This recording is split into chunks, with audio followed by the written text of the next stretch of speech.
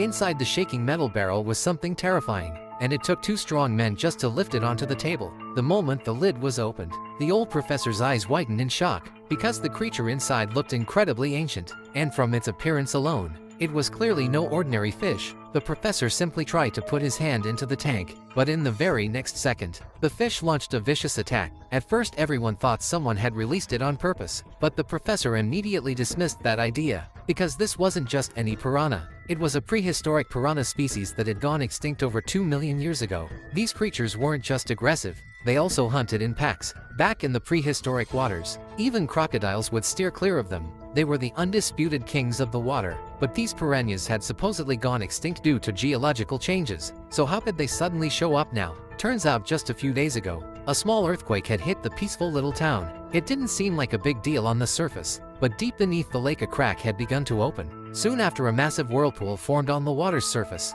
Before the fishermen on the small boat could react, they were instantly swallowed by the giant wave. At that same moment, prehistoric creatures from the depths of the fissure surged upward. They bared their razor-sharp teeth and charged straight toward the fishermen in the water without hesitation. After receiving a report from the public, 2 officers rushed to the scene overnight, but all they found was a drifting boat. There was no sign of the fishermen anywhere. The town was set to host its annual boat race the next day, and tens of thousands of people were expected to enter the water. To eliminate any potential dangers, they immediately deployed a team of underwater investigators. As they passed through the massive crack on the lakebed, they discovered a narrow tunnel ahead. The male diver decided to go in first, while the female diver stayed at the entrance. The moment he entered, the man was stunned. It was like an endless abyss. What was even more terrifying was that the walls were covered with clusters of fish eggs, some of which had already taken shape, and you could clearly see their internal structures. The man, unsure of what they were, reached out to touch one, but in the next second he was attacked by an unknown creature.